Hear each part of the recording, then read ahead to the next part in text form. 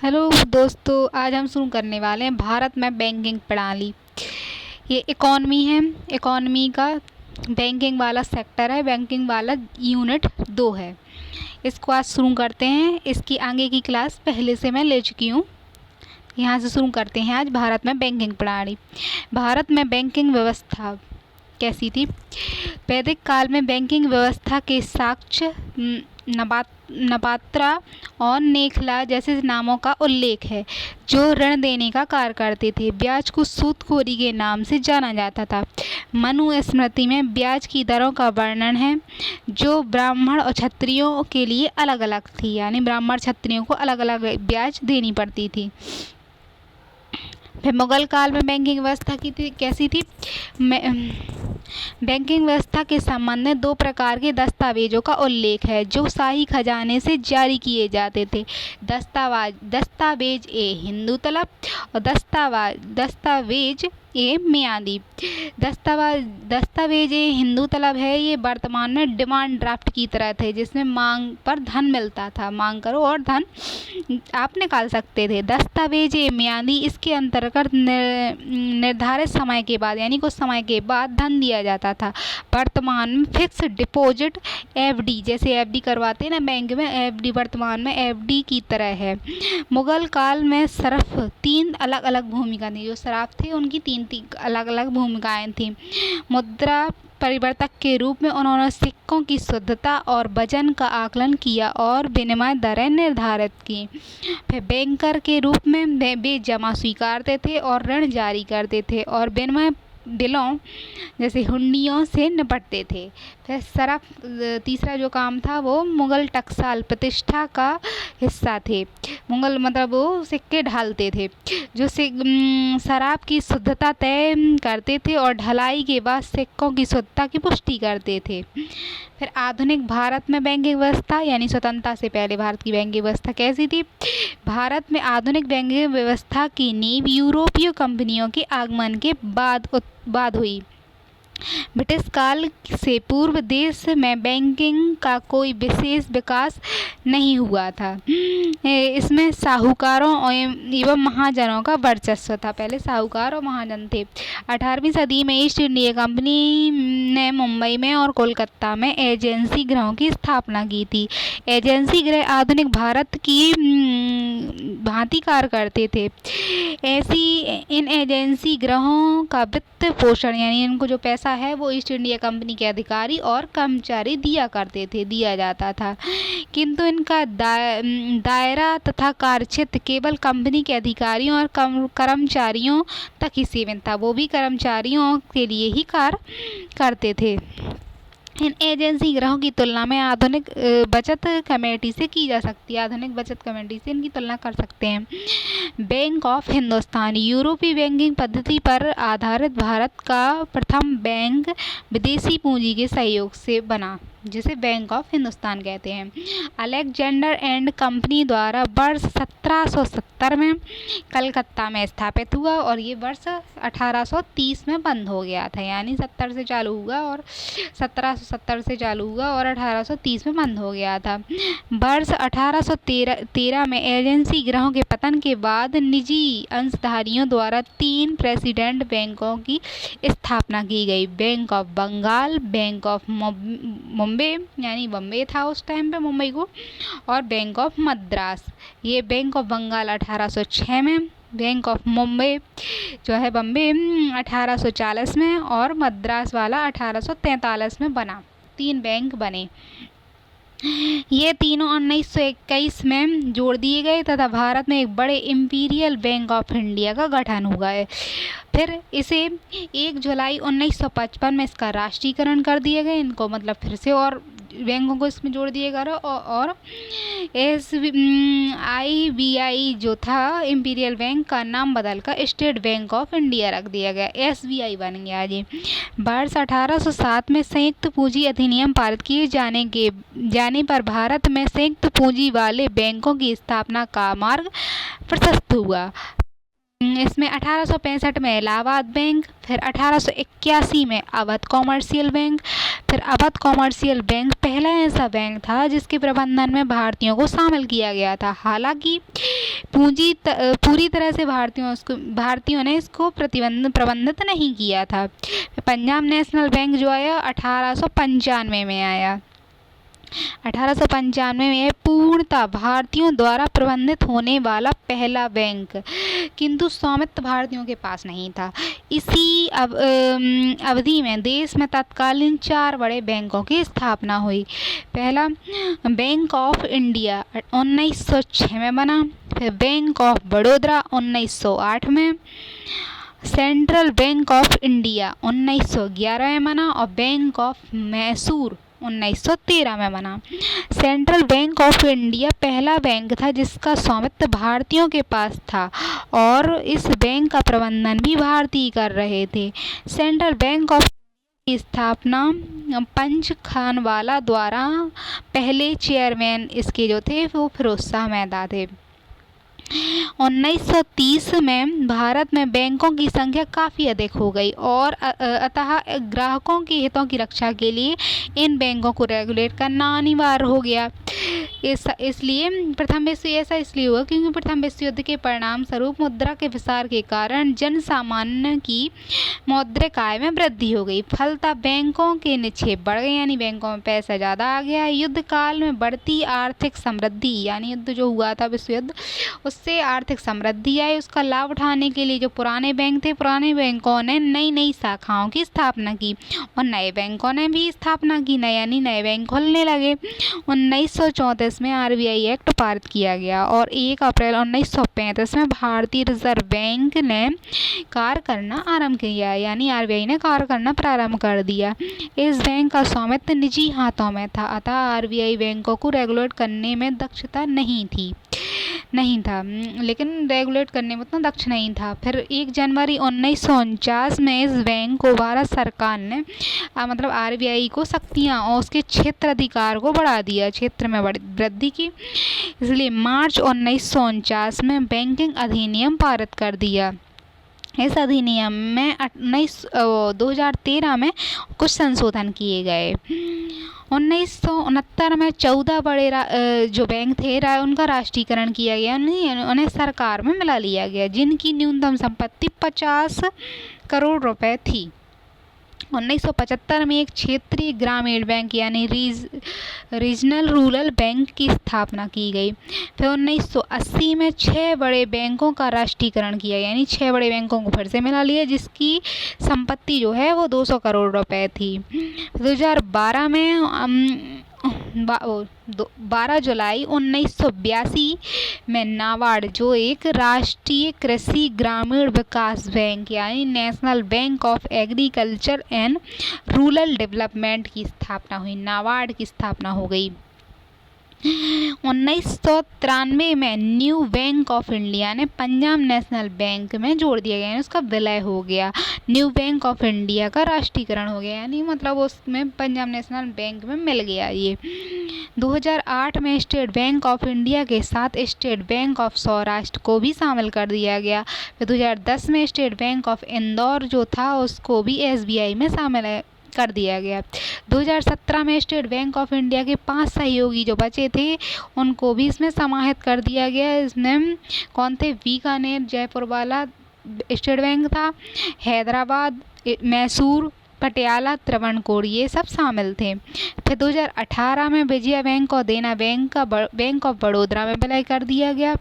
2020 में oriental bank of commerce का United bank of India का पंजाब नेशनल बैंक में विलय कर दिया गया।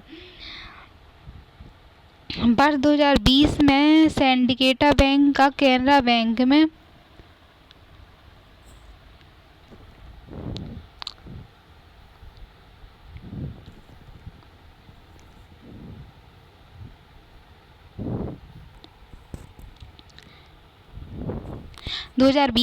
ओरिएंटल बैंक ऑफ कॉमर्स और यूनाइटेड बैंक ऑफ इंडिया का पंजाब नेशनल बैंक में विलय कर दिया गया। 2020 में सिंडिकेट बैंक का केनरा बैंक में और आंध्रा बैंक व corporation bank of union bank of India में विलय किया गया। फिर इलाहाबाद का इंडियन बैंक में विलय कर दिया गया। इस तरह बैंकों का विलय हुआ। फिर IDBI बैंक का निजीकरण यानी जब सरकार अपनी स्वामित्व निजी क्षेत्र को सौंप देती है। केंद्र सरकार और भारतीय जीवन बीमा निगम ने IDBI बैंक की हिस्सेदारी बेचने अर्थात निजीकरण का निर्णय लिया, जिसमें केंद्र सरकार ने 30.48% हिस्सेदारी बेचने और भारतीय जीवन बीमा निगम ने IDBI बैंक की 30.24% हिस्सेदारी बेचेगी यानी बेचने का निर्णय किया है इन लोगों ने। फिर IDBI यानी industrial development bank of India, ये पहला बैंक है जिसका निजीकरण हो रहा है।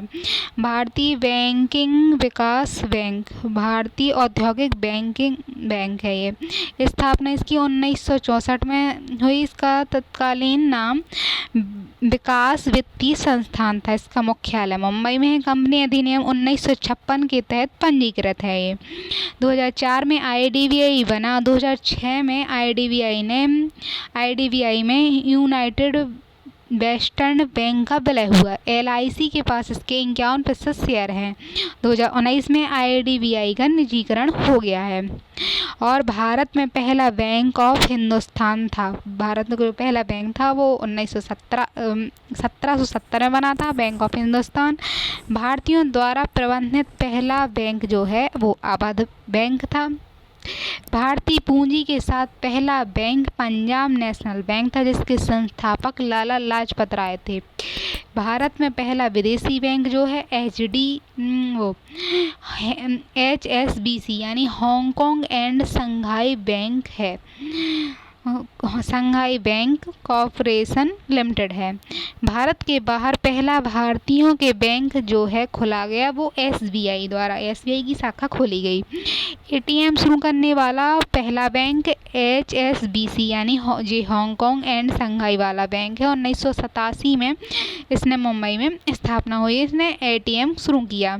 इंटरनेट बैंकिंग की सुविधा ICICI बैंक ने दी। म्यूचुअल फंड देने वाला पहला बैंक भारतीय स्टेट बैंक है।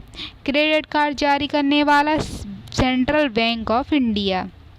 पहला डिजिटल सेवाएं के लिए DG बैंक है। भारत में मर्चेंट बैंकिंग शुरू करने वाला पहला बैंक ग्राउंडलेस बैंक है।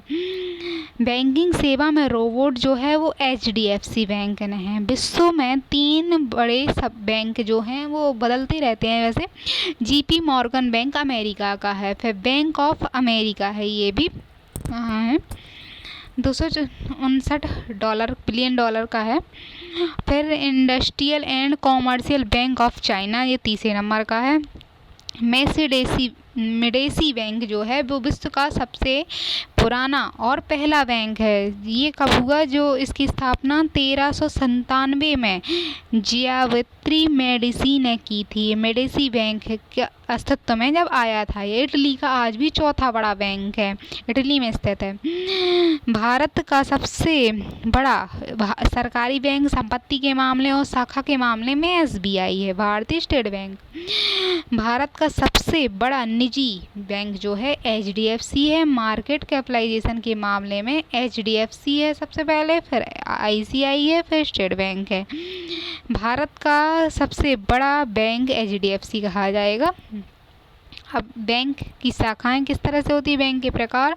जो होते हैं गैर अनुसूचित बैंक, जिन्हें RBI में अनुसूचित नहीं किया गया है। फिर अनुसूचित बैंकों में वाणिज्य बैंक होते हैं, जो सार्वजनिक क्षेत्र के बैंक होते हैं। निजी बैंक होते हैं, निजी क्षेत्र के देसी बैंक, और निजी क्षेत्र के विदेशी बैंक भी होते हैं। फिर HDFC यानी लघु वित्त बैंक होते हैं।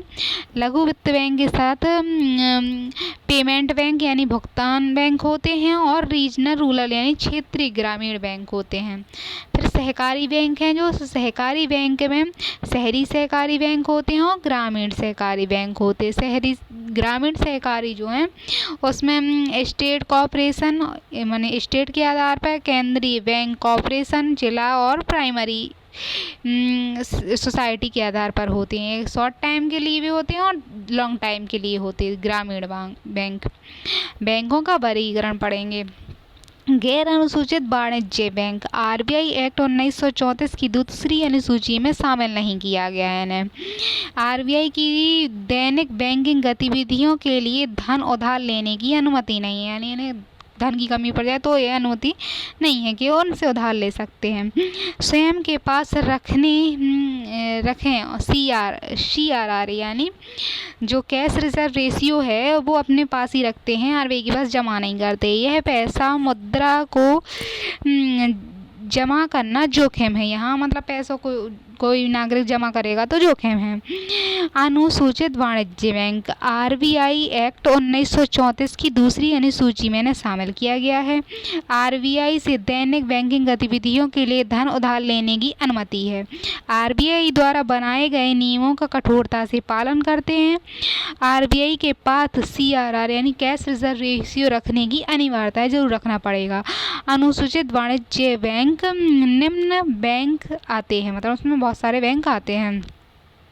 इसमें सार्वजनिक वाणिज्य बैंक यानी सार्वजनिक क्षेत्र जो सरकारी है, इसमें सार्वजनिक क्षेत्र में जो है 51% या उससे अधिक की हिस्सेदारी भारत सरकार की होती है। वर्तमान इस प्रकार के 12 बैंक हैं। जैसे सबसे बड़ा तो SBI है, इसका मुख्यालय महाराष्ट्र में है, मुंबई में है। दूसरा बड़ा बैंक जो है इस मुख्यालय बैंक ऑफ बड़ौदा है, इसका मुख्यालय बड़ौदा गुजरात में है। तीसरा बड़ा जो है वो पंजाब नेशनल बैंक है, इसका मुख्यालय नई दिल्ली में है। फिर इंडियन ऑब्जर्वेशन बैंक चेन्नई वाला है। फिर कैनरा बैंक बेंगलुरु में है, इसका मुख्यालय। निजी वाणिज्य बैंक यानी है ये अनुसूचित बैंक के अंदर ही निजी वाणिज्य बैंक है, जो बैंकिंग विनिमय अधिनियम 1949 के तहत परिचालन करने के लिए लाइसेंस प्राप्त करते हैं। इनके पास लाइसेंस होता है कि वो हैं सरकार के अधीन है, लेकिन सरकारी नहीं है, निजी है ये। 51% की हिस्सेदारी निजी क्षेत्र की होती है, इनका मालिक निजी होता है। वर्तमान में इस प्रकार के 21 बैंक है। सबसे बड़ा HDFC है। विदेशी बैंक ऐसे बैंक जिसका मुख्यालय भारत के बाहर है लेकिन भारत के किसी स्थान पर एक निजी संस्था के रूप में कार्य करते हैं। आरबीआई के विनियमों के साथ साथ भारत के बाहर जो स्थानीय संगठन हैं उनके द्वारा भी इनको नियम का पालन करना होता है, नियम के तहत संचालित होते हैं। भारत में स्थापित पंजीकृत अन्य देशों के बैंक यानी भारत में जो अन्य देशों के बैंक आए हैं। वर्तमान में भारत में इस तरह के 44 बैंक हैं। सबसे बड़ा बैंक जो है वो UK का है। फिर लघु वित्त बैंक स्मॉल फाइनेंशियल बैंक वह वित्तीय संस्थान जो देश की बैंकिंग सुविधा रहित क्षेत्रों में बैंकिंग सुविधाएं प्रदान करते हैं। इसका मुख्य उद्देश्य क्या है? ग्रामीण और अर्ध शहरी क्षेत्रों में वित्तीय सेवाओं तक पहुंच का विस्तार करना है। स्मॉल फाइनेंस बैंक है एक सामान्य वाणिज्य बैंक की तरह कार्य करते हैं और छोटे पैमाने पर कार्य करते हैं। इनकी स्थापना 2021 में प्रस्तावित किया गया है। इसका मुख्य कार्य वित्त समावेशन करना है। इनके जो लघु बैंक हैं उनको होने के लिए क्या है, 100 करोड़ रुपए की राशि होनी चाहिए उनके पास, किंतु 5 वर्ष के भीतर संबंधित बैंक को 200 करोड़ हो जाना चाहिए। यानी 500 करोड़ मतलब 5 वर्ष हो गए तो 200 करोड़ तो उनके पास संपत्ति हो ही जाए चाहिए। ये 75% PSL यानी प्राथमिक क्षेत्र जो हैं कृषि उद्योग छोटे वाले उनको ये जरूर ऋण देंगे। 75% ऋण इन्हीं को प्राथमिकता क्षेत्र को देंगे। स्मॉल फाइनेंशियल बैंक जो हैं लघु वित्त बैंक के लिए बैंकिंग रहित ग्रामीण क्षेत्रों में कम से कम 25% बैंकिंग आउटलेट और बैंकिंग ऋण का 50% और 25 लाख रुपए की सीमा में ऋण दे सकते हैं। संयुक्त उद्यम की अनुमति नहीं है इसमें। यह बैंक के समान ही कार्य करते हैं लेकिन छोटे स्तर पर ही सीमित हैं। भुगतान बैंक यानी पेमेंट बैंक ये क्या है, एक वित्तीय संस्थान जो उन लोगों को बुनियादी बैंकिंग सेवाएं प्रदान करते हैं जिनके पास बैंक की सुविधा नहीं है। भुगतान बैंक लेन देन को सुविधाजनक बनाने पर ध्यान केंद्रित करते हैं, खासकर उनके लिए जिनकी औपचारिक बैंकिंग पहुंच नहीं है। ये इनका परिचालन पूर्णतः डिजिटल है, यानी पूर्णतः डिजिटल रूप में ही ये कार्य करते हैं। 100 करोड़ रुपए की न्यूनतम पूंजी इनके पास होनी चाहिए, तभी ये भुगतान बैंक बनेगा। कोई भी ग्राहकों से जो है जमा ले सकते हैं, किंतु ऋण उन्हें नहीं दे सकते। प्रत्येक व्यक्ति अधिकतम 1 लाख रुपए ही इसमें जमा कर सकता है, इससे ज़्यादा नहीं कर सकता। डेबिट कार्ड जारी है, किंतु क्रेडिट कार्ड जारी, यानी डेबिट कार्ड जो ATM कार्ड है वो जारी कर सकते हैं, लेकिन क्रेडिट कार्ड यानी ऋण देने वाला जो क्रेडिट कार्ड जारी नहीं कर सकते। ये बैंक कैसे होते हैं, जैसे एयरटेल कंपनी है वो भुगतान बैंक खोल सकती है, एयरटेल कंपनी का मुख्यालय नई दिल्ली में है। फिर पेटीएम बैंक है, जियो है, इस तरह की कंपनियां भुगतान बैंक खोलती हैं, छोटे सेवाएं प्रदान करती हैं, डिजिटल रूप से सेवाएं प्रदान करती हैं। अब क्या अंतर है भुगतान बैंक में और वाणिज्यिक बैंक में, क्या अंतर है? तो जो है भुगतान बैंक की जमा राशि जो है वो 1 लाख रुपए ही कर सकते हैं, जबकि वाणिज्य बैंक जो अन्य वाणिज्य बैंक है वो जमा राशि इनकी कोई लिमिट नहीं है, कितनी भी जमा कर सकते हैं। फिर ग्राहकों को भुगतान बैंक जो है डेबिट कार्ड तो जारी कर सकते हैं, लेकिन क्रेडिट कार्ड यानी ऋण नहीं दे सकते, वो जारी नहीं कर सकते। जबकि वाणिज्य बैंक ऋण देने के लिए क्रेडिट कार्ड और डेबिट कार्ड दोनों जारी कर सकते हैं। कम से कम 100 करोड़ रुपए की पूंजी होनी चाहिए और प्रमोटरों का कम से कम 40% पूंजी योगदान होना चाहिए, जबकि इसमें वाणिज्यिक बैंक बनने के लिए 500 करोड़ रुपए की चुकता वोटिंग इक्विटी पूंजी होनी चाहिए, यानी 500 करोड़ रुपए की तो पूंजी होनी चाहिए आपके पास। और कम समय लगता है इसको भुगतान बैंक में, क्योंकि ऑनलाइन होता है, इसमें अधिक वाणिज्य बैंकों में अधिक समय लगता है। इनकी न्यूनतम शेष राशि की आवश्यकता नहीं है, क्योंकि छोटे बैंक हैं, जबकि वाणिज्य बैंक है ना जुर्माना लगता है। जुर्माना से बचने के लिए न्यूनतम शेष राशि प्रोटोकॉल का पालन करना आवश्यक है। उच्च ब्याज की दर की पेशकश करते हैं, प्राइवेट हैं तो उच्च ब्याज की दर पेशकश करेंगे और कम ब्याज की दर पेशकश करते हैं। फिर क्षेत्रीय ग्रामीण बैंक यानी रीजनल रूरल बैंक, क्षेत्रीय ग्रामीण बैंक है जो भारत के ग्रामीण और अर्ध शहरी क्षेत्रों दोनों क्षेत्रों में बैंकिंग सेवाओं को सुविधाजनक बनाने के लिए बनाए गए एक वित्तीय संगठन है। मुख्य उद्देश्य इनका क्या है? ग्रामीण क्षेत्रों में गरीब और पिछड़े वर्ग के लोगों को, किसानों और महिलाओं को, उद्यमियों को बैंकिंग सेवाएं प्रदान करना है। 2 अक्टूबर 1975 को इनकी स्थापना हुई थी। उद्देश्य क्या है? कृषि और अन्य ग्रामीण क्षेत्रों के लिए पर्याप्त ऋण सुविधा प्रदान करना। अब ये जो बने हैं इसमें 50% भारत सरकार की हिस्सेदारी है, 15% राज्य सरकार की और 35% प्रायोजित बैंकों की हिस्सेदारी, यानी और बैंकों ने भी इसमें पैसा लगाया है। 35% नाबार्ड द्वारा रेगुलेट और कुल इनकी संख्या 43 है। क्षेत्रीय ग्रामीण बैंक की संख्या 43 है। सहकारी बैंक, अब जो पढ़े थे उसमें से सहकारी बैंक पे आ गए। अनुसूचित वाणिज्य बैंक जो थे वो खत्म है, अब सहकारी बैंक है। सहकारी बैंकों से तात्पर्य एक छोटी वित्तीय संस्थान से है जिसे व्यक्ति के एक समूह द्वारा अपने विशिष्ट समुदाय की पूंजी की आवश्यकताओं को पूरा करने के लिए शुरू किया जाता है। ऐसे वित्तीय संस्थान का स्वामित्व नियंत्रण उनके सदस्यों के पास होता है, लेकिन इनकी देखभाल जो है वाणिज्य बैंकों के सदस्यों को लोकतांत्रिक तरीके से चुना जाता है, वही इनकी देखभाल करते हैं। 97वां संविधान संशोधन 2011 हुआ, जो उसमें अनुच्छेद 19 में सहकारी समिति बनाने की स्वतंत्रता दी गई, इसलिए ये सहकारी समिति के अनुसार कार्य करते हैं। सहकारी बैंकों के लाभ ये हैं कि सस्ती ब्याज दर पर ऋण उपलब्ध करा देते हैं, साधारण व्यक्ति के लिए सुलभ बैंकिंग सेवाएं प्रदान करते हैं और वित्त समावेशन का काम करते हैं। स्थानीय समुदायों को आर्थिक रूप से सशक्त बनाना इनका काम है। बचत को भी बढ़ावा देते हैं ये। शहरी सहकारी बैंक, अर्बन कोऑपरेटिव बैंक, प्राथमिक सहकारी बैंक यानी शहरों में क्या है, शहरी और अर्ध शहरी क्षेत्रों में स्थित हैं। इसमें से 1500 से अधिक शहरी सहकारी बैंक हैं।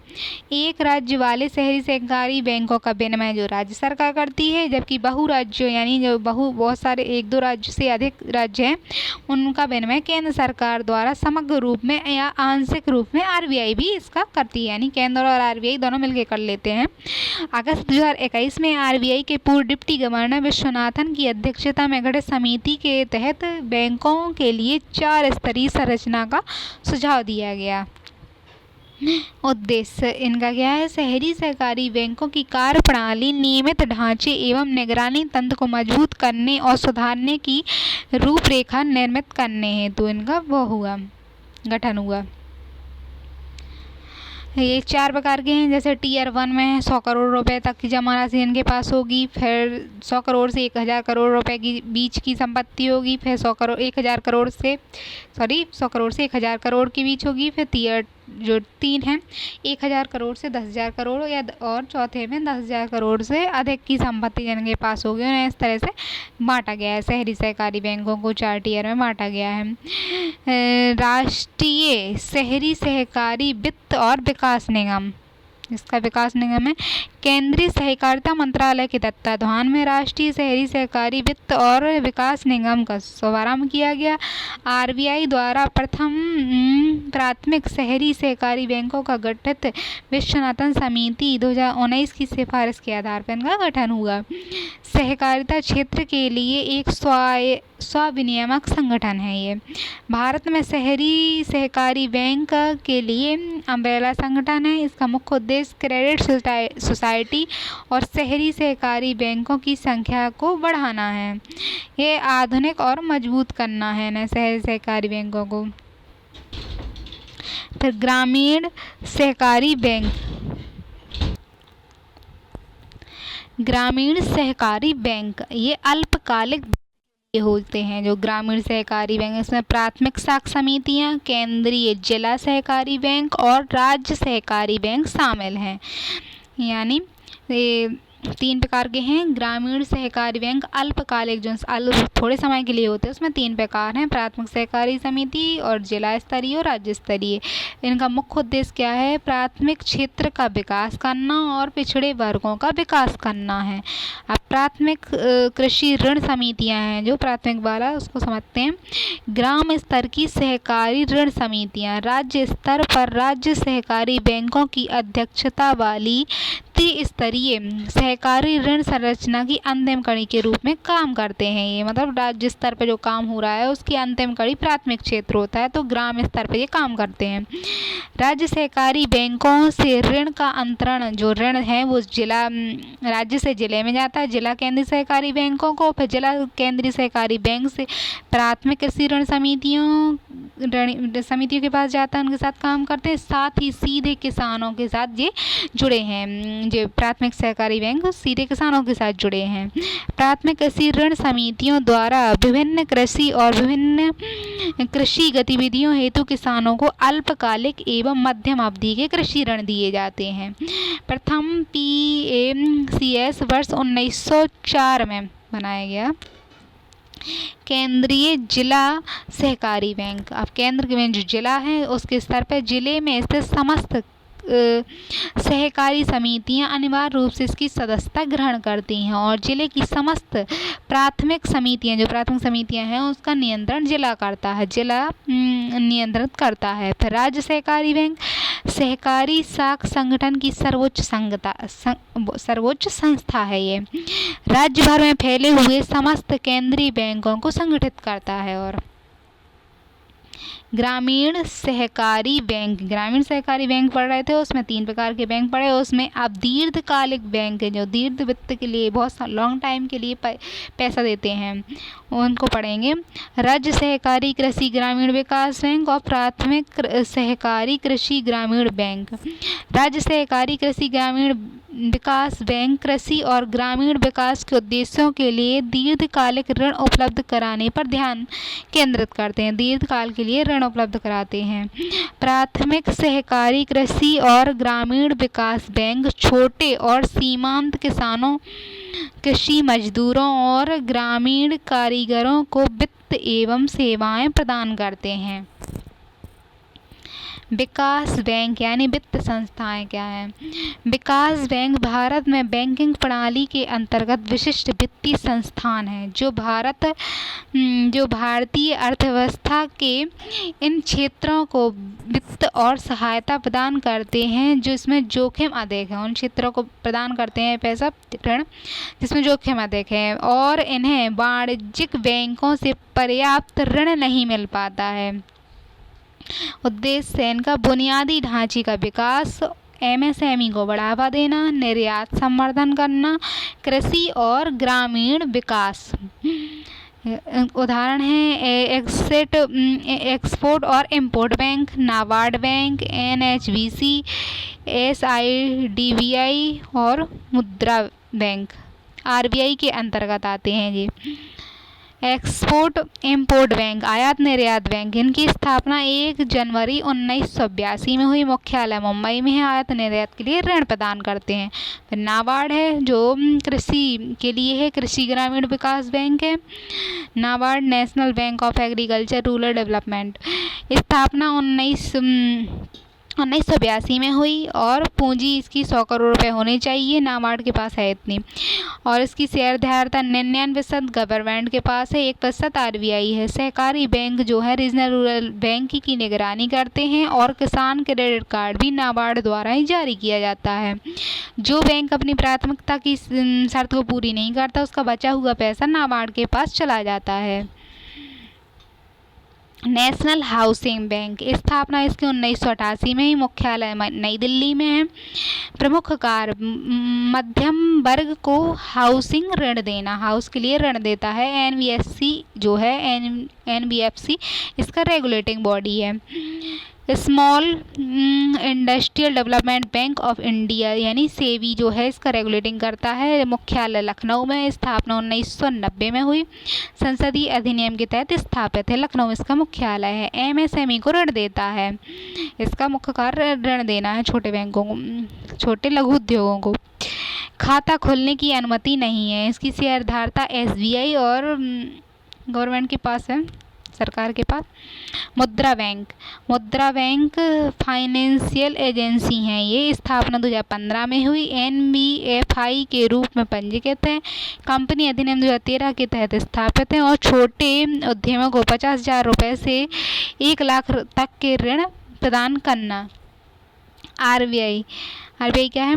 भारतीय भीमराव अंबेडकर द्वारा दी गई सिफारिशों के आधार पर स्थापना 1926 में हिल्टन यंग कमीशन और royal commission on India currency and finance के नाम से आया था। ये आरबीआई की स्थापना का दृष्टिकोण अम्बेडकर जी ने कमीशन के सामने रखा और 1 अप्रैल 1935 को reserve bank of India act 1934 के अनुसार इसकी स्थापना की गई। और आरबीआई निजी स्वामित्व वाला बैंक था, जो शुरुआत में था वो निजी स्वामित्व वाला था।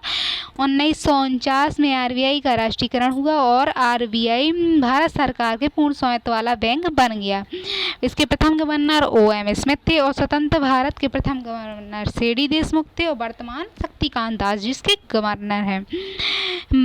आरंभ में केंद्रीय कार्यालय जो था कलकत्ता में था, लेकिन 1937 में केंद्रीय कार्यालय इसका मुंबई में हुआ। वर्तमान में आरबीआई का केंद्रीय कार्यालय मुंबई में स्थित है। आरबीआई की 26 क्षेत्रीय कार्यालय 26 हैं। भारत का वित्तीय वर्ष 1 अप्रैल से 31 मार्च तक चलता है और आरबीआई का खाता वर्ष भी 1 अप्रैल से 31 मार्च तक चलता है। बीच में एक कृषि वर्ष दिया है, 1 जुलाई से शुरू होता है, जून तक चलता है। फिर सेंट्रल बैंक और वाणिज्य बैंक, जो सेंट्रल बैंक है यानी आरबीआई उसका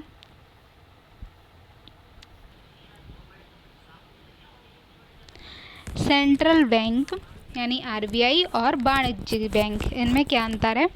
तो यह जो है सेंट्रल बैंक सर्वोच्च संस्था है जो रेगुलेट या नियमित करती है, यानी और बैंकों को रेगुलेट करती है और ये हमेशा सरकार के अधीन होती है। जिसमें वाणिज्य बैंक हैं जो लाभ के लिए काम करते हैं, जनता का पैसा जमा लेते हैं और उधारी देते हैं। कंपनियां या प्राइवेट या सरकार द्वारा चलाए जा सकते हैं।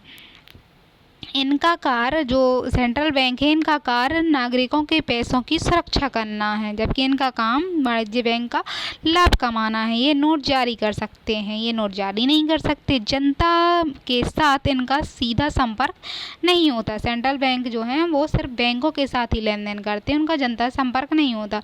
ये जनता के साथ डील कर सकते हैं। देश में एक ही सेंट्रल बैंक होता है, जैसे भारत का central bank reserve bank of India है, जैसे आरबीआई RBI। इस प्रकार अब जबकि वाणिज्य बैंक प्रकार के कॉमर्शियल बैंक देश में हैं, जैसे Punjab national bank, SBI, ICI आदि ये सब बैंक हैं और जनता के साथ सीधे डील करते हैं। निदेशक मंडल यानी RBI का जो है उसको कौन बताता है, तो RBI के लिए केंद्रीय निर्देशन बोर्ड द्वारा शासित होता है RBI। केंद्रीय निर्देशन बोर्ड की नियुक्ति भारत सरकार करती है। केंद्रीय निर्देशन बोर्ड का कार्यकाल जो है 4 वर्ष का होता है। RBI के केंद्रीय निर्देशन मंडल का गठन सरकारी निर्देशक, उसमें 1+4 एक पूर्णकालिक सदस्य होता है और 4 उप गवर्नर होते हैं। गैर सरकारी निर्देशक जो हैं 10+4+2 के फॉर्म में होते हैं। ये 4 स्थानीय बोर्डों में से एक होते हैं। इसके यानी RBI के जो निर्देशन मंडल उसमें 4 स्थानीय बोर्ड हैं। स्थानीय बोर्ड यानी मुंबई, कलकत्ता, चेन्नई और नई दिल्ली में स्थापित हैं और प्रत्येक स्थानीय बोर्ड है जो उसमें 5 सदस्य होते हैं। केंद्र सरकार द्वारा नियुक्ति की जाती है इन सदस्यों की और कार्यकाल इनका 4 वर्ष होता है। स्थानीय बोर्ड के कार्य केंद्रीय बोर्ड को सलाह देना। स्थानीय बोर्ड जो है केंद्रीय बोर्ड को सलाह देता है। स्थानीय सहकारी तथा घरेलू बैंकों की प्रादेशिक व आर्थिक आवश्यकताओं का प्रतिनिधित्व करता है। केंद्रीय बोर्ड द्वारा समय समय पर सौंपे गए अन्य कार्य भी ये करता है। RBI के प्रमुख कार्य। RBI क्या करता है, तो RBI केंद्रीय बैंक है। सभी बैंकों का संचालन बैंकों के बैंकर के रूप में काम करता है। ये मौद्रिक प्राधिकारी है। मुद्रा स्फीति और मुद्रा की आपूर्ति को ये विनियमित करता है।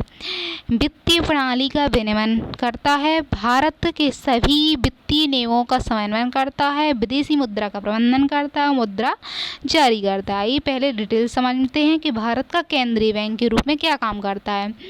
भारत के सरकार के सभी बैंकिंग लेन देन का प्राधिकारी भारत सरकार की नकदी जो है रखने के लिए जिम्मेदार है। ये राज्य और संघ सरकारों की ओर से सार्वजनिक ऋण का प्रबंधन और नए ऋण प्रदान करते हैं, यानी संघ सरकार को या राज्य सरकार को जो ऋण चाहिए उसका प्रबंधन करता है।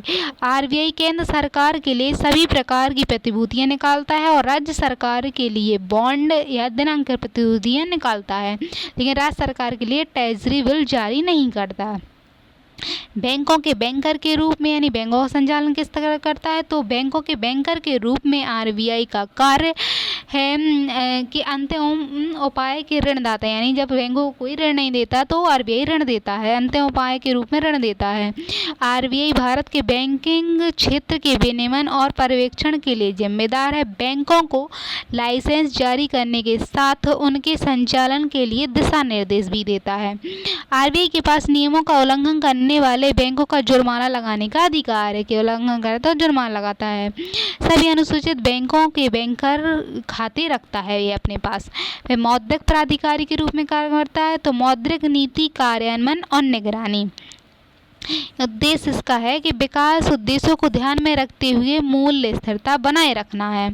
RBI का यह कार्य वित्तीय पर्यवेक्षण बोर्ड के दिशा निर्देशों के अनुसार करता है। ये कार्य दिशा निर्देशों के अनुसार करता है। इस बोर्ड की स्थापना भारतीय रिजर्व बैंक के केंद्रीय निदेशक बोर्ड की एक समिति के रूप में 1994 में की गई थी। मुद्रा स्फीति को नियंत्रित करना और मुद्रा आपूर्ति को विनियमित करना, ये चौथा काम है इसका। मौद्रिक नीति उपायों को लागू करने जैसे कि ब्याज दरों को बढ़ाना और मुद्रा की आपूर्ति को कम करना। मुद्रा स्फीति को नियंत्रित करने के लिए नगद आरक्षित अनुपात यानी कैश रिजर्व रेशियो और वैधानिक तरलता अनुपात SLR जिसे कहते हैं, जैसे अन्य उपायों का भी उपयोग करता है ये RBI, यानी इसको घटाता बढ़ाता रहता है। RBI के प्राथमिक कार्यों में से एक अर्थव्यवस्था में मुद्रा की आपूर्ति को विनियमित करना है। फिर वित्तीय प्रणाली का विनियमन और पर्यवेक्षण बैंकिंग परिचालन के लिए विस्तृत मापदंड निर्धारित करता है, जिसके अंतर्गत देश की बैंकिंग और वित्तीय प्रणाली काम करती है। उद्देश्य है इसका प्रणाली में लोगों को विश्वास बनाए रखना, जमाकर्ताओं के हितों की रक्षा करना और आम जनता को किफायती बैंकिंग सेवाएं उपलब्ध कराना। भारत के सभी वित्तीय नियामकों का समन्वयकर्ता के रूप में काम करता है। आरबीआई वित्तीय स्थिरता और विकास परिषद की एक उपसमिति के रूप में काम करता है, जो विभिन्न नियामक संस्थाओं के मध्य समन्वय बनाए रखने में कार्य करती है। विदेशी मुद्रा का प्रबंधन करता है। फिर ये विदेशी मुद्रा प्रबंधन अधिनियम 1999 का प्रबंधन विदेशी व्यापार और भुगतान को सुविधाजनक बनाना एवं भारत में विदेशी मुद्रा बाजार का क्रमिक विकास करना तथा उसे बनाए रखना है। विनिमय दर की स्थिरता बनाए रखना, ये इसका काम है। विनिमय दर की स्थिरता यानी विदेशी मुद्रा भंडार के प्रबंधन और विदेशी मुद्रा बाजार को विनियमित करके अर्थव्यवस्था में विनिमय दर की स्थिरता रखने में ये भूमिका निभाता है।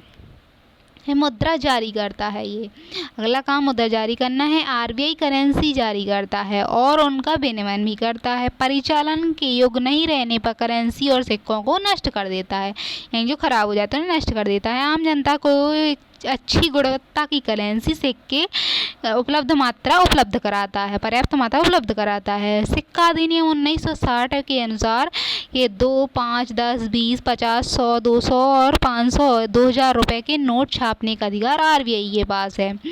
भारत सरकार ने 30 जून 2011 में 25 पैसे के मूल्य या उससे कम वर्ग के जो मूल्य सिक्के हैं उन्हें वापस लेने का निर्णय किया और इस तारीख से ये भुगतान के लिए या लिखने के लिए लेखा के लिए वैध नहीं रहेंगे, यानी 25 पैसे जो हैं आपको कोई यूज नहीं करता उसके लिए वैध नहीं होंगे।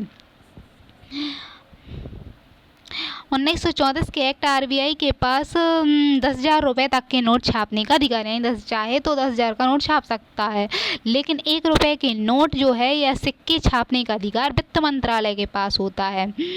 और 1 रुपये के नोट पर जो है भारत के वित्त सचिव के अध्यक्ष के वित्त सचिव है उसके हस्ताक्षर होते हैं, जबकि बाकी नोटों पर जो है आरबीआई के गवर्नर के हस्ताक्षर होते हैं। नोट की छापने की कारखाने कहाँ कहाँ नोट छापने के कारखाने, तो देवास एमपी में है। Security printing and meeting corporation of India के नेतृत्व में वित्त मंत्रालय के अधीन है। नासिक महाराष्ट्र में security printing and meeting corporation of India के नेतृत्व में वित्त मंत्रालय के अधीन है।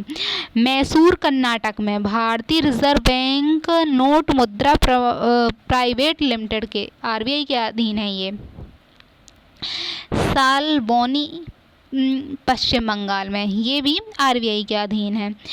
वार्षिक रिपोर्ट आरबीआई की संबंधित रिपोर्ट, यानी आरबीआई की जो है वो रिपोर्ट जारी करती है। आरबीआई केंद्रीय निदेशन मंडल की भारत सरकार को रिपोर्ट प्रस्तुत की जाने वाली रिपोर्ट है। ये हर वर्ष अगस्त में जारी की जाती है, वर्ष 2023 में मई में जारी की गई थी।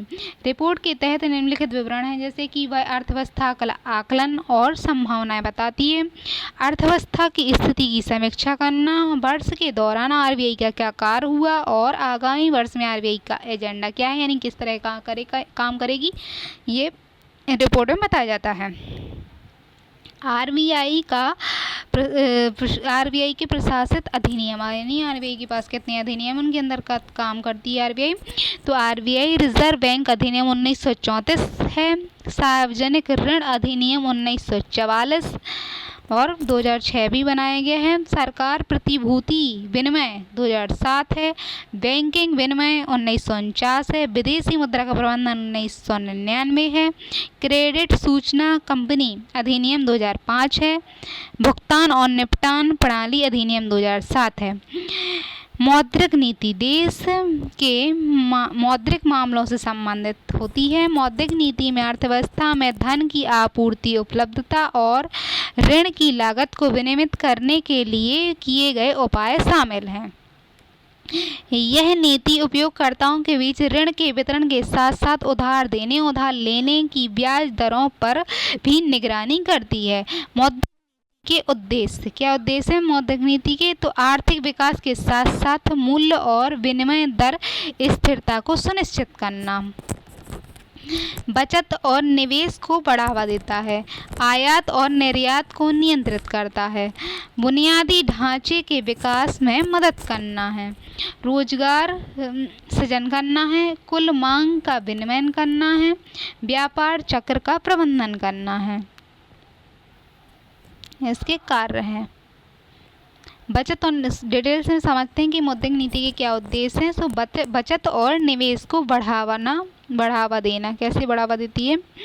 चूँकि मौद्रिक नीति के भीतर ब्याज दर और मुद्रास्फीति को नियंत्रित करती है, इसलिए यह लोगों की बचत और निवेश को प्रभावित करती है। यानी ब्याज दरों को बढ़ाती घटाती है, इसलिए मुद्रास्फीति को नियंत्रित करती है, तो बचत को प्रभावित करती है। ब्याज दर निवेश और बचत की अधिक संभावना में बदल जाती है, और जिससे अर्थव्यवस्था के भीतर एक स्वस्थ नकदी प्रवाह बना रहता है।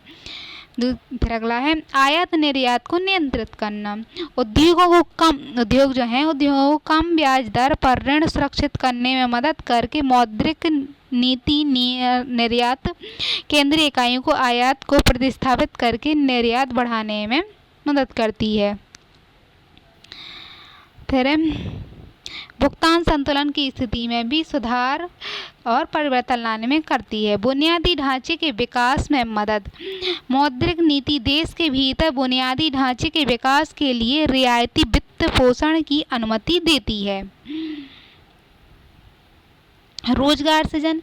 चूँकि मौद्रिक नीति ब्याज दर को कम कर सकती है, छोटे और मध्यम उद्यम यानी MSME और व्यय विस्तार के लिए आसानी से ऋण प्राप्त कर सकते हैं। इससे रोजगार के अधिक अवसर पैदा हो सकते हैं। मौद्रिक नीति का निर्माण कौन करता है? मौद्रिक नीति किसके द्वारा बनाई जाती है?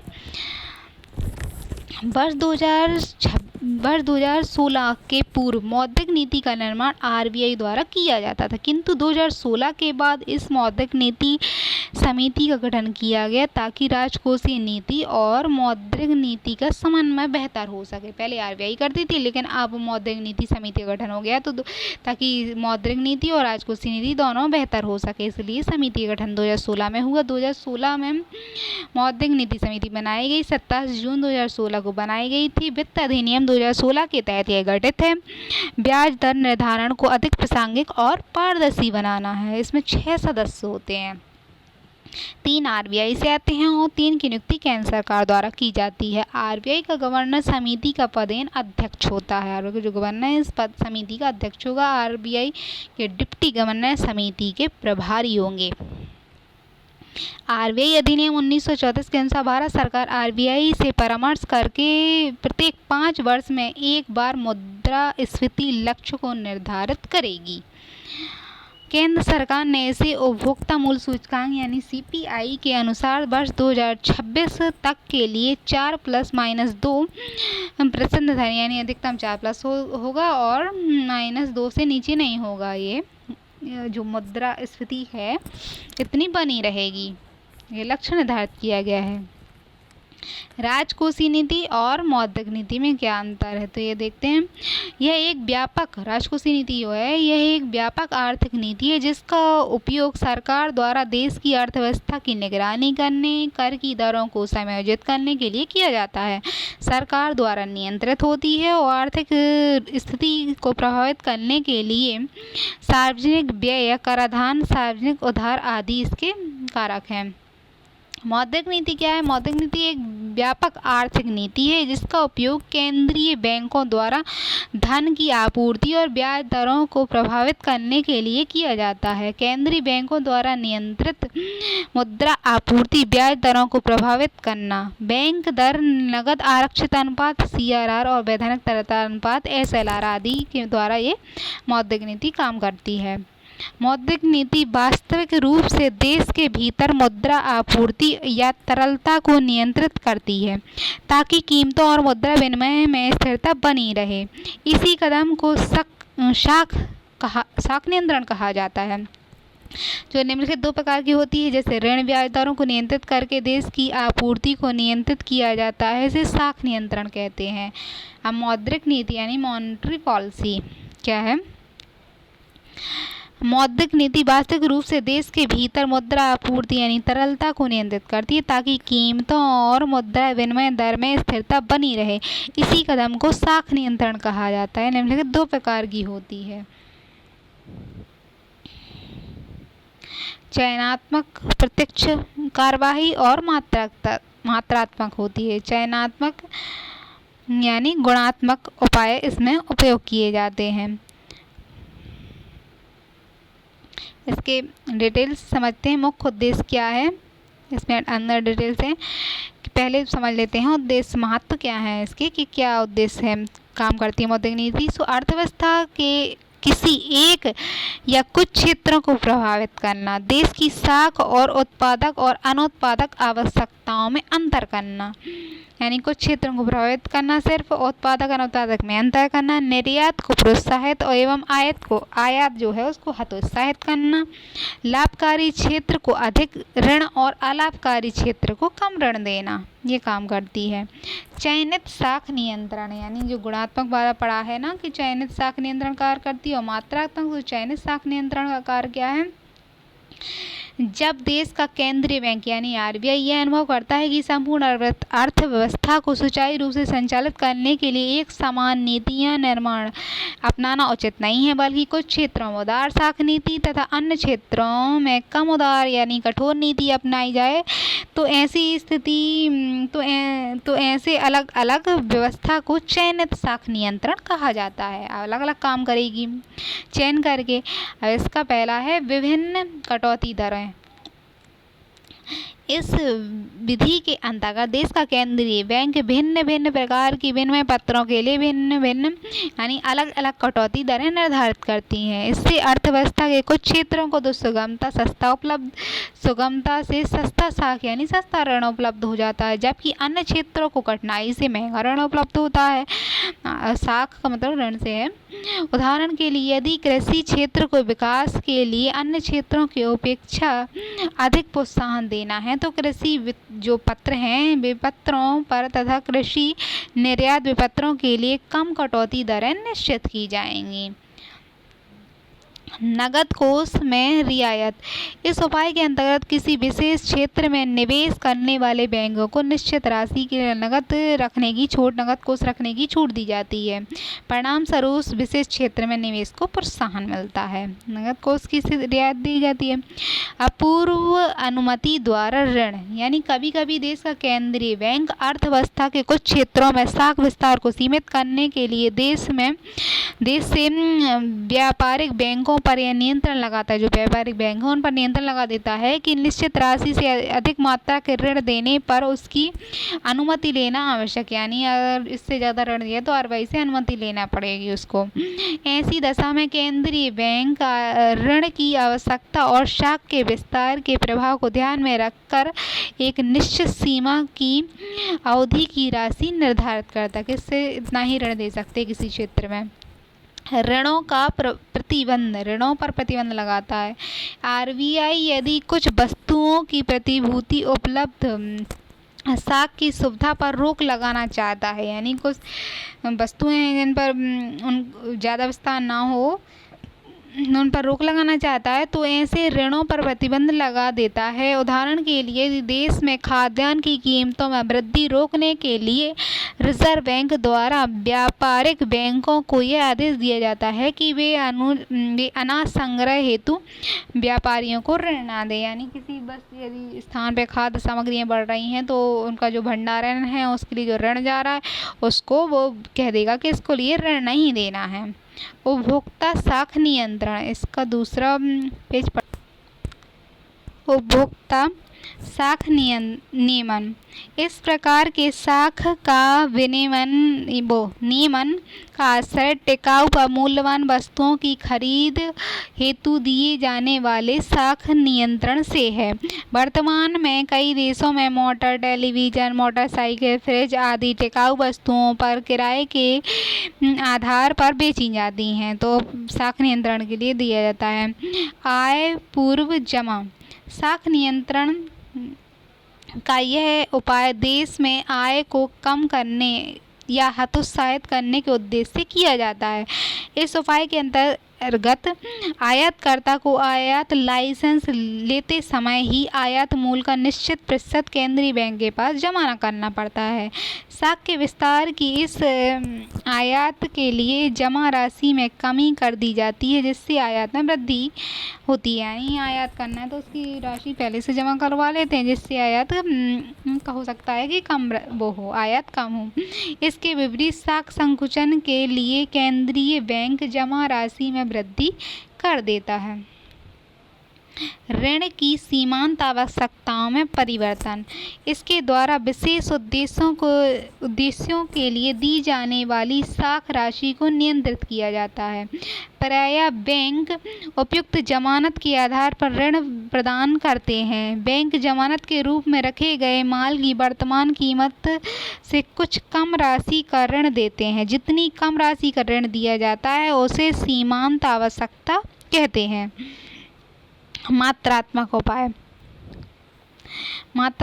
में कैश रिजर्व रेशियो नकद आरक्षित अनुपात से अभिप्राय प्रत्येक अनुसूचित बैंकों को आरबीआई के पास प्रत्येक 15 दिन में अपने एनडीटीएल का एक निश्चित प्रतिशत नकद आरबीआई के कार्यालय में जमा करना होता है। अब जो वो चयनित साख थे उनमें से चयनित में से मात्रात्मक हैं। मात्रात्मक में क्या है, कैश रिजर्व रेशियो है तो आरबीआई के पास 15 दिन के लिए उन्हें नकद रूप में रखना पड़ता है। एसएलआर में क्या है, वैधानिक तरलता अनुपात। प्रत्येक बैंक को अपने पास कुल जमाओं का एक निश्चित प्रतिशत यानी निश्चित भाग नकद, बैंकों को ये अपने एसएलआर जो है अपने पास रखना पड़ता है। सरकारी प्रतिभूतियों के रूप में रख सकता है, सोने के रूप में रख सकता है, तो ये रख के रूप में रखना होता है। यदि 15 दिन में समय पर इसे चेक किया जाता है कि समय पर 15 दिन में वो कर लेते हैं, चेक कर लेते हैं। एसएलआर क्या है, अगर एसएलआर बढ़ता है यानी जो बैंक पैसा अपने पास रखेंगे तो उससे ऋण के रूप में मुद्रा में कमी आएगी, तो ऋण के रूप में कम देंगे, ऋण के रूप में मुद्रा में कमी होगी और ब्याज दरों को बढ़ा देगी। यानी कम ऋण देंगे तो ब्याज दरें क्या करेंगे, बैंक बढ़ा देंगे, क्यों नहीं, अभी तो कमाई करनी है। लोग तो अब ब्याज दरें बढ़ जाएंगी तो लोगों को महंगा ऋण मिलेगा तो लोग कम ऋण लेंगे तो वस्तुओं की मांग कम होगी, कीमतें कम होगी और मुद्रास्फीति कम हो जाएगी। अब है CRR यानी कैश रिजर्व रेशियो, जो आरबीआई के पास जमा करते हैं, यदि वो बढ़ जाता है तो बैंकों के पास पूंजी में कमी आएगी और बैंकों के पास पूंजी में कमी होगी तो वो क्या, ब्याज दरों को बढ़ा देंगे। ब्याज दरों को बढ़ा देंगे तो जनता के ऋणों की मांग जो है कम हो जाएगी, फिर वस्तु सेवाएं भी कम खरीदेंगे तो कीमतों में घट जाएंगी और मुद्रास्फीति क्या है, कम हो जाएगी यानी नियंत्रित हो जाएगी, महंगाई कम हो जाएगी। इससे खुली बाजार संक्रियाएं यानी खुली बाजार संक्रियाएं से क्या है, केंद्रीय बैंक समय पर देश की सरकारी प्रतिभूतियों की खरीद और बिक्री करती है ताकि मुद्रा को अवशोषित और उत्सर्जित किया जा सके। तो केंद्र में क्या है, समय समय पर सरकारी प्रतिभूतियाँ खरीदती और बेचती है, यानी आरबीआई जो है प्रतिभूतियों को बेचता है और बाजार से धन ले लेता है सरकार के लिए, और जब प्रतिभूतियों को वापस लेता है तो जनता को पैसा लौटा देता है। इस तरह से पैसा जो है अवशोषित और उत्सर्जित करता रहता है। सरकारी प्रतिभूतियाँ को बेचता है जब, तो क्या करता है, सरकारी प्रतिभूतियों यदि बेचता है तो बाजार से जो मुद्रा है वो अवशोषित कर लेता है, गारंटी के रूप में बेचता है, प्रतिभूतियों को लिखित रूप में देता है कि मैं धारक को वचन देता हूँ कि इतने समय के बाद आपका पैसा आपको लौटा दूंगा। तो आरबीआई पैसा ले लेता है जनता से और पैसा को रख के प्रतिभूतियाँ बेच देता है, तो बाजार से जो पैसा है वो अवशोषित कर लेता है। तो बैंकों का ऋण जो ब्याज है, ब्याज दरों को बढ़ा देता है, अवशोषित कर लेता है, तो बैंकों की ब्याज दर बढ़ेगी तभी तो जनता जमा करेगी उसके पास, ब्याज दर बढ़ जाएंगी और ऋण की मांग में कमी आ जाएगी, ऋण लोग कम लेंगे क्योंकि जमा करने आएंगे ज़्यादातर, तो वस्तु सेवाओं की मांग कम होगी और कीमतें कम होंगी और मुद्रास्फीति भी कम हो जाएगी। बैंक रेट क्या है, वह ब्याज दर जो आरबीआई अपने उधारी और अन्य बैंकों से वसूलती है, यानी आरबीआई अन्य बैंकों से वसूलती है ताकि वह बैंक अपने CRR और SLR को पूरा कर सके। यदि कोई बैंक CRR SLR को पूरा नहीं करता है तो वह क्या है, आरबीआई पैसा दे देती है और उसके बदले ब्याज भी लेती है, तो वही है। इसके लिए वह सीपीओ या अन्य प्रतिभूतियों को गिरवी रखते हैं। यह आरबीआई के सेक्शन 39 में वर्णित है कि वर्तमान में इसका मान 6.75% है। जब बैंकों को मांग ऋण मिलता है तो वह अपने ग्राहक जो अधिक ब्याज दर पर ऋण देंगे। और बाजार में ब्याज दर बढ़ जाती है और ऋणों की मांग कम हो जाती है, वस्तु सेवाओं की मांग कम होती है और कीमतें कम होती हैं और मुद्रास्फीति भी कम हो जाती है। रेपो रेट वह ब्याज दर जिस पर आरबीआई वाणिज्य बैंकों को सरकारी प्रतिभूति जो है उनकी गारंटी पर अल्पकाल के लिए ऋण देती है। रेपो रेट में क्या है, आरबीआई अल्पकाल के थोड़े समय के लिए ऋण देती है, जबकि इसमें है बैंक रेट जो है, इसमें सीएलआर और एसएल बैंकों के पास इतना पैसा भी नहीं होता कि वो सीएलआर और एसएलआर की उसको पूरा कर सके, इसलिए ऋण दे देती है, उसको ब्याज वसूलती है। और इसमें अल्पकाल के लिए थोड़े समय के लिए ऋण देती है और ब्याज वसूलती है, तो वो रिजर्व मतलब रेपो रेट है।